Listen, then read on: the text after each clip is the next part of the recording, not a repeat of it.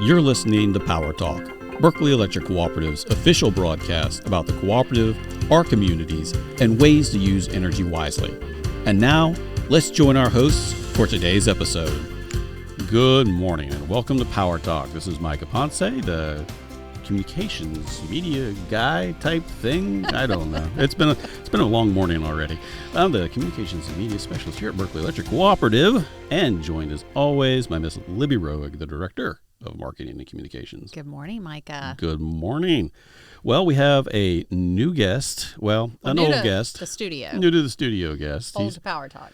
For those who've been listening for a long time, which I'm sure most of you have, he has been on the show back when we were in our other location in West Ashley, when we were visiting our friends at Kirkman Broadcasting. But welcome to the show, Mr. Joel Stevens, what are you, Vice President of Finance, That's the money title. Guy. Yeah, thank you so much, both of you, for having me. Yeah, Excited definitely. to be here. Yeah. Well, one of the first things that we do when we have a relatively new person on the show, you predate this tradition, so you get to participate in it. Is there hazing? No, gifts. Oh, gifts. Okay. We would Jeez, present Joel, you don't trust us? You went immediately to the bad thing? That must have been prior to my show. I should pour my coffee into it, but that would probably give you a bad outtake. Coffee all over the desk. Yeah. Let's wait a little bit. I'll for dance that. with who brung me there. Yeah. All right. Well, yeah, it's another official co-op mug. But now you are part of the Power Talk family officially. You have your own mug. You only get it by locking yourself in a room with us for 30 minutes and letting us ask you questions. Honored. At least you don't have to eat hot sauce, Now that might be kind of fun, actually. Okay. Well, that'll be the do next that show. next time. I think they've already got a show on that. We might run into like copyright issues. I feel like it's good therapy to cry in front of people. I would probably get some of that going. We actually, we're getting way off topic, folks, but we actually did do that in our department. We had a little hot wing eating contest, and we had some of the last ones, sauces, and it was not pleasant.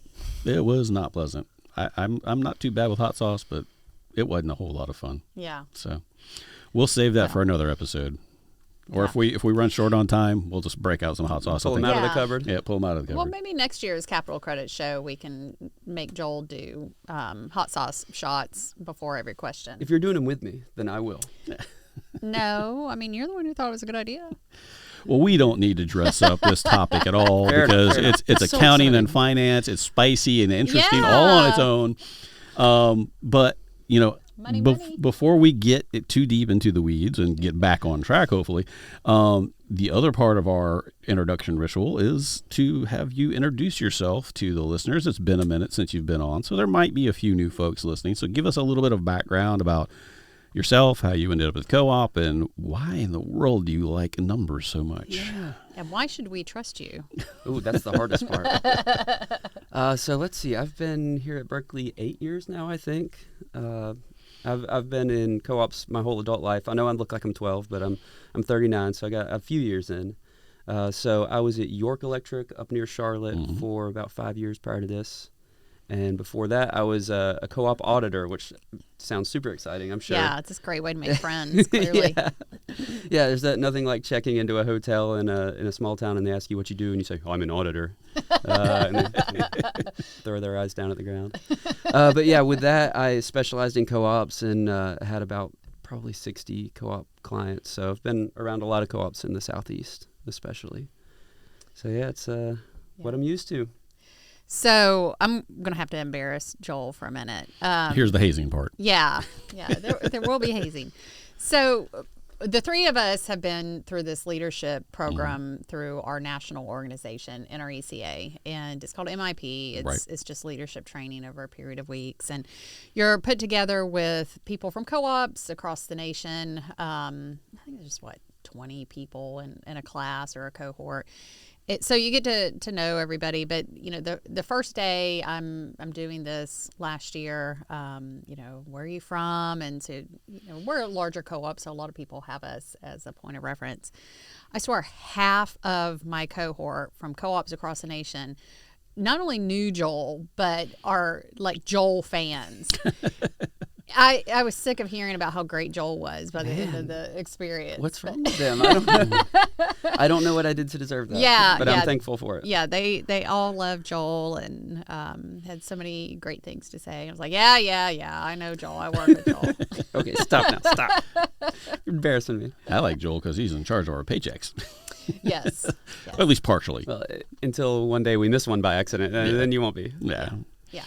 And, another fun fact about Joel is, the average mere mortal uses half their brain, they're either right side or left side brain. So Joel, Mr. Numbers here, also uses the creative side of his brain. So it's not fair. You get to use all your brain because you're a talented musician. And like I was telling Micah earlier, you always have great edits on writing and stuff. So it's not fair. You can do numbers and creative stuff. Well, thank you. That's very kind. Unlike me, who went into journalism because it was about as far away from numbers as I could get. So, well, I mean, accounting is really just add, subtract, multiply, and divide. Yeah. You and Eddie with his 4th grade math, and you, it's just addition and subtraction. Oh, of course it is, Joel. Well, and like yesterday, I was working in a spreadsheet for most of the day, and I can get around in a spreadsheet. I can't do anything too terribly fancy, but I can use Excel reasonably well. Something went terribly wrong, and I had to do a very labor-intensive spreadsheet thing. Not once, but twice. It took pretty much all day. Oh, you had to start over. Yes. Frustrating. Yes. I got you. So, yeah. That's all I got. Well, I mean, people think about finance, and it does seem, fairly straightforward for the most part. It's cut and dry. I mean, I guess, is there anything surprising about finance? And if not, I guess sort of give us a overview of what finance means here at Berkeley Electric Cooperative beyond signing paychecks. Yeah, sure. So let's see. In the finance department, we've got several divisions, How many I guess. employees? 11, 12. Okay. So let's see. So we've got propane, which recently came over to finance. Yeah. So that's one of the newest additions. That's our for-profit subsidiary. Yeah, They sell absolutely. The traditional components of it, they were payroll. Mm-hmm. So that's one person. That's Jonna. Yeah, Jonna's my favorite. You've got work orders. So anytime we build any electric plant, going from starting with a substation all the way to a meter, anything within that chain, all that goes on a work order, which captures the costs. So you've got materials, you've got labor and benefits, you've got transportation, all the trucks and things like that. So it tabulates all that, totals it up, so that we can figure out how much it actually costs us to build something. Then we capitalize that, which means we say this is done, this is energized, there are electrons flowing through this, and we put it into plant. The bad thing about that is that means we get to pay property taxes on it for the next 30 years after that. But what are you going to do? So work orders, that's Sheila and Courtney. And then let's see, we've got just the regular financial accounting, traditional accounting that most people would think of, where you've got Henry, Steve, Donna, Anna, Debbie, and Denise. Man, I got everybody good. And they are a solid crew. I know my department, because in public relations, we buy a lot of things and are charging stuff here, there. You have such a patient team. Yes. We reach out basically to everybody. I know even like with Steve and the 5K that we put on to raise money for teacher grants. Dana's like, Steve sent me these two numbers. I don't know what it really means. I was like, Dana, I'd just call him back and ask him to put it in normal people's stuff. So. Well, when the doors close, we talk about all y'all. So. As you should. I got to say, I can't forget Stacy, purchasing. Oh, yeah. Yes. So Stacy handles getting all of the materials we need to build all that electric plant that I was mentioning. My one term that I vaguely remember from MIP was something that we went over was calculating the net present value. Ooh. Oh, my. Yeah. Did you all have to do that? Yeah. I quickly forgot that as fast as I possibly could. Yeah, got to turn tomorrow's money into today's. Yeah, depreciating over time, all that kind of good stuff. Yeah. Makes me shudder just to think about it. Calculating the value of things. So now and in the versus future, now yeah. in the future. well, Yeah. the shoe also goes on the other foot. My most dreaded class was public speaking, Oh. which is what I get to do today, but what y'all are very comfortable with, I would have to imagine. I don't know. For a communications person, I feel like I struggle with communicating. You can fake it at least. Well, just to give folks sort of an idea, we mentioned the fact that Berkeley Electric is one of the larger co-ops in the nation. We are obviously the largest co-op in the state, just money-wise. You hear about, these corporations, how much they're worth at the end of the year type of thing. Give folks a ballpark figure, what kind of money that the co-op deals with on an annual basis. Yeah, so our total assets, so everything we own, everything our members own, is about $800 million. So pretty large. Mm-hmm. We haven't crossed over that $1 billion mark, which I don't know if we'll do a celebration or play a sad song when that happens. But that's our assets, and that's, of course, mostly everything from the substation to the meter. It costs an awful lot of money to build these big, long-lived assets. Mm-hmm. You drive through the countryside and you see the big erector set. That's our substation. That's a lot of money sitting there, and it takes a lot to get that done. How much does a substation cost? It's throw a dart at a dartboard because it's just been going up and up and Yeah, up. gotcha. Especially after COVID with the explosion in prices. That unfortunately never came down. No. But millions of dollars. Yeah. Certainly. I was going to say ballpark, what, 3? Somewhere in that. Used to be 3. It's more now. Okay. Yeah. That's my pre-COVID benchmark was around 3. You need to have Thomas Barnett on here, and I'm sure he could. He could pull out the little model substation we have and show you all the bits and pieces. And then let's see. The other way you can think about it is how much revenue we have. Yeah. Right. And that's usually around $450 million a year. And that's from 130,000 meters we've got turning, about 112,000 members, I think. Yeah. Some members have more than one meter. Mm-hmm. So Joel, you mentioned the members own all of our assets. We are a member-owned cooperative, not for profit, and how we handle said margins or profits makes us very different from other utilities. So explain that difference. So that's the reason y'all actually have me here today. So Yes. we finally got to it. Yeah, here we go. I told you 10 folks, minutes we in. wander a little bit. So co-ops are not for profit. Yes. They were a New Deal program to help electrify rural. Oh gosh, it's dangerous to say rural in a public setting, right? Rural areas. So the way that it works is we're not for profit. All money that we take in through the year, most of it goes to cover our current costs. Any that is over and above that, what normal businesses might call profit, for us we call margins.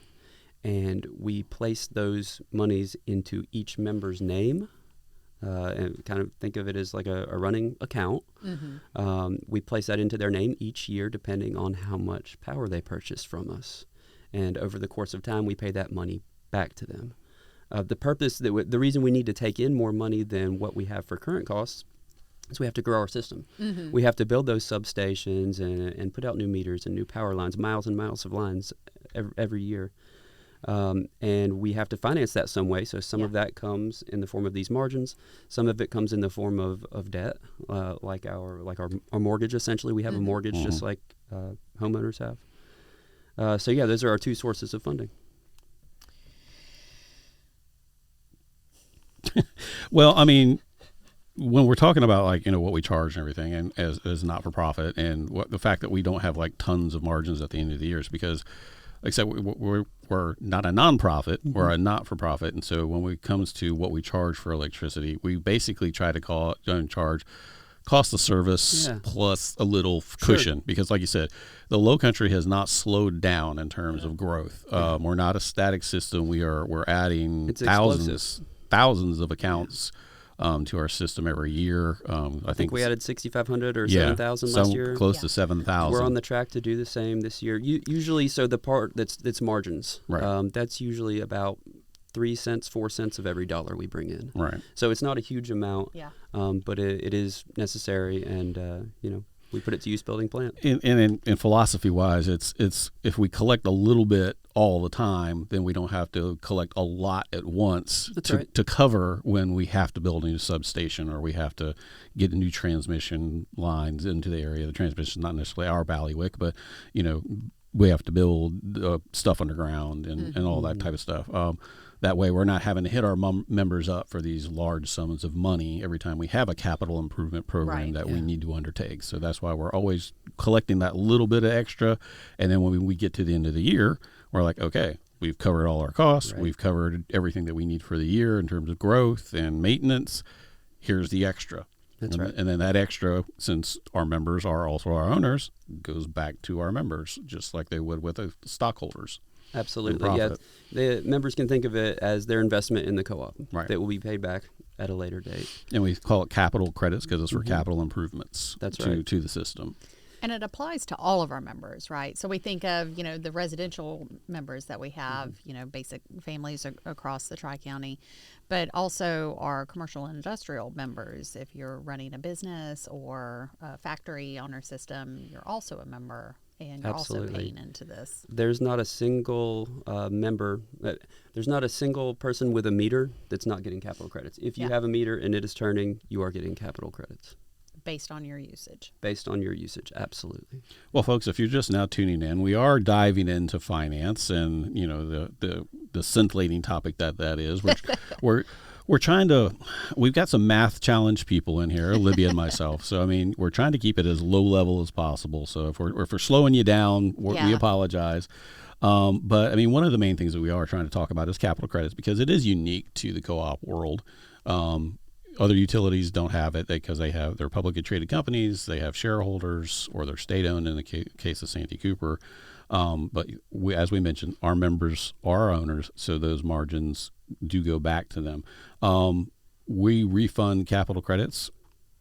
Whenever they're available, but I've been here 25 years and I can't remember a single year where we haven't had capital credits to refund to our members.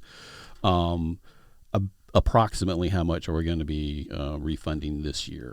Yeah, it's going to be about $4.4 million this year. So we're really pleased with that. I think it's a nice big number to give back.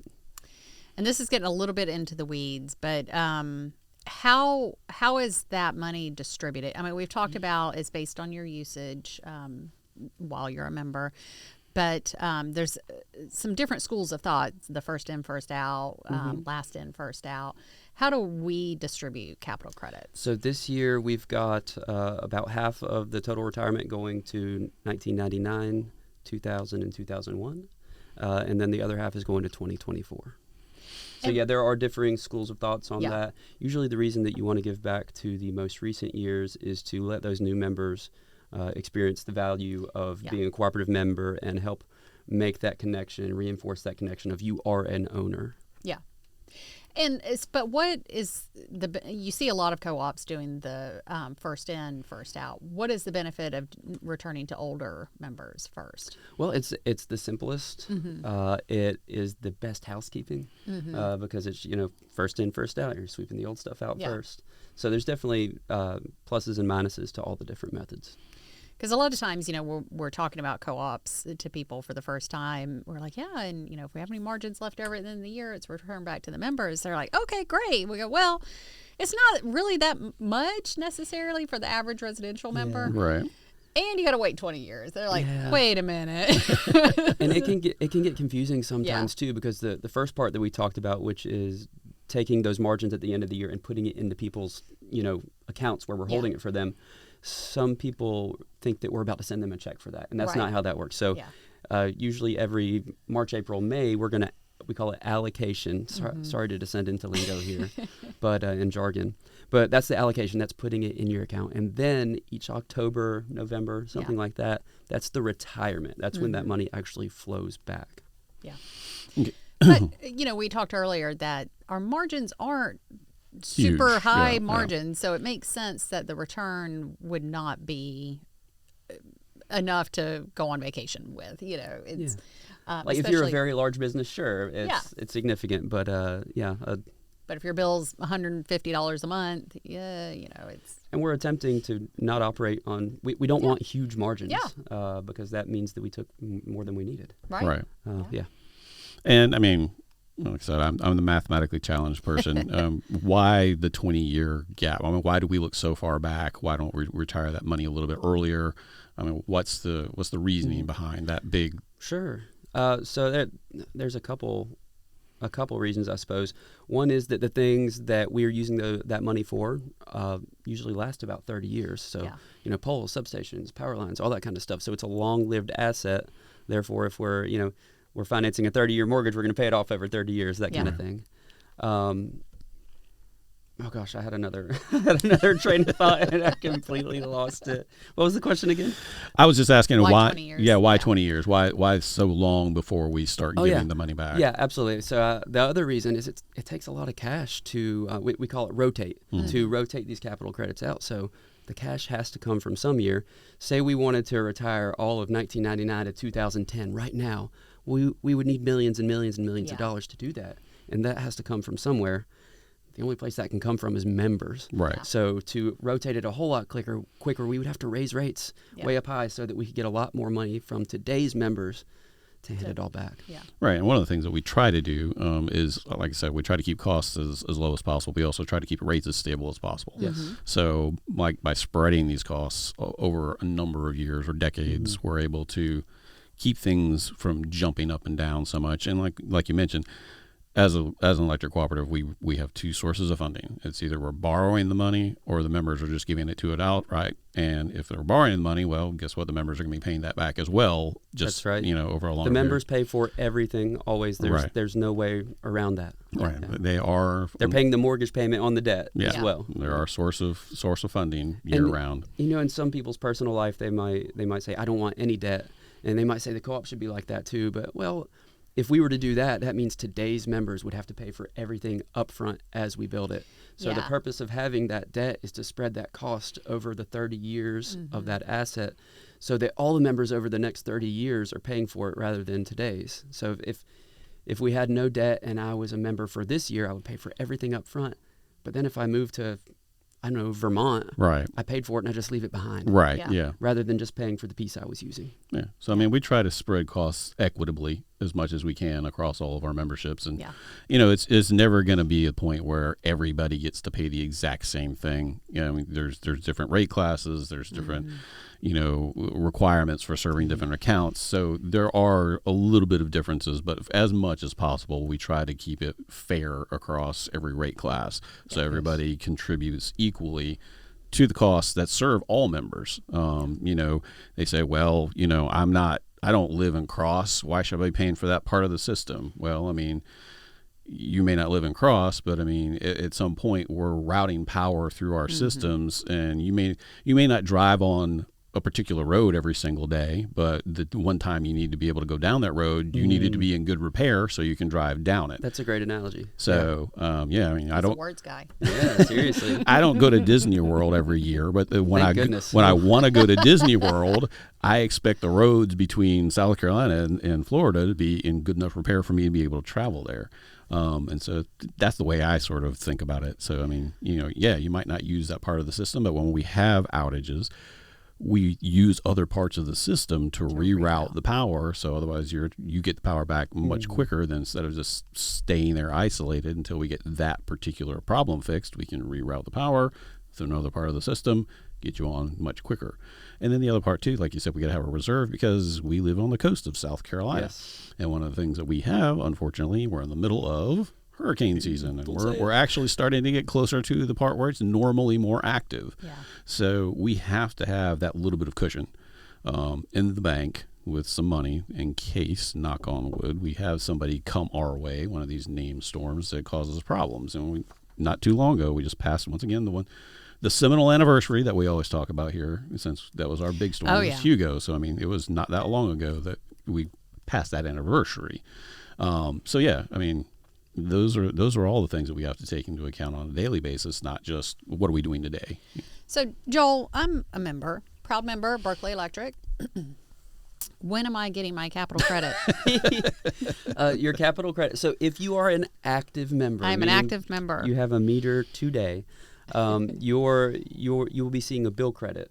in the month of October. So that'll Okay. be going. We're actually, let's see, today's the 24th. We're going to process the retirement tomorrow at 5 a.m. in the Okay. system. And those bill credits will go out over the month of October. If you are not an active member, first of all, you should do something else rather than listening to this podcast. You're wasting your life. But if you're not an active member, you will be getting a check So, because we have no bill to give you a credit on. so how do you manage non-active members? So say somebody lived in the wonderful Low Country for a period of time and then they moved to, say, Vermont. Right. How do you get them, if there's a 20-year delay in most instances, how do you get them their capital credits? We are totally dependent on those members to leave us with a good address. And I know that's difficult because if you've moved 3 times, the last thing you're Yeah. thinking about is calling your Let me call electric Berkeley cooperative from Electric. 3 towns ago. Yeah. But please keep a current address with us because we want to get you your money. We're going to send a check out, and we hope it doesn't come back to us, but sometimes they do, absolutely. What happens realistically when you have had somebody who's moved 3-4 times and they've forgotten to keep us up to date? What happens with those capital credits? So they sit here unclaimed, and we've got a listing on our website where you can go search for any name you like.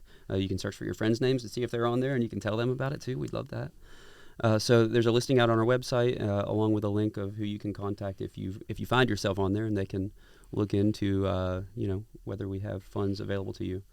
After 7 years, they're marked as abandoned. That's just like a legal law type thing, but we still pay them after that. We're required to pay them after the 7-year window as well. So that's kind of just a technical detail that folks don't even need to think about. What if you die? Oh, if you die, so we do estate retirements, also called deceased patronage. And that's where if you're the next of kin or the executor or the person that's entitled to those funds, you can get them retired to you in one lump sum. Yeah. So that can often help with funeral expenses, things like that. Wow. Yeah. And the reason I can't remember if I touched on this or not, but the reason we don't send out checks to active members is because we're going to do, I think, about 108,000 bill credits. So can you imagine sending out $108,000? Oh my gosh, the postage alone. Yeah. So and that cuts into the money that we'd be able to send back. Absolutely. So call it $1 each, maybe once you get it all processed and everything and stamped. Be $100,000. Wow. But it's substantially free when we do it as a bill credit. Yeah. Right. I mean, one of the things that that a lot of co-ops actually still do send out checks because it is a unique animal in the co-op world, and so we want to make sure that our members are aware of that. It tells a story. People notice it when they hold that piece of paper in their hand. You've got to. But even though you may not hold that piece of paper in your hand anymore necessarily as a separate thing, you still get it on your credit as a bill. Yep. So it really is something that differentiates co-ops from a lot of other industries in general. So there are benefits to being a member of the co-op. We're talking about, capital credits, a little bit philosophy-wise. I mean, the other part of it is we're a democratic organization. All of our members are not only owners, and as owners, they also have a voice in the way that we run the co-op. Annual meetings coming up. Annual meetings coming up right around the corner. And so those folks who come out, they're going to vote for, we've got active elections this year. We've got some folks who are running. So you're going to have to do your research, go to our website, learn all about our board members and the folks who are running for the active board seats.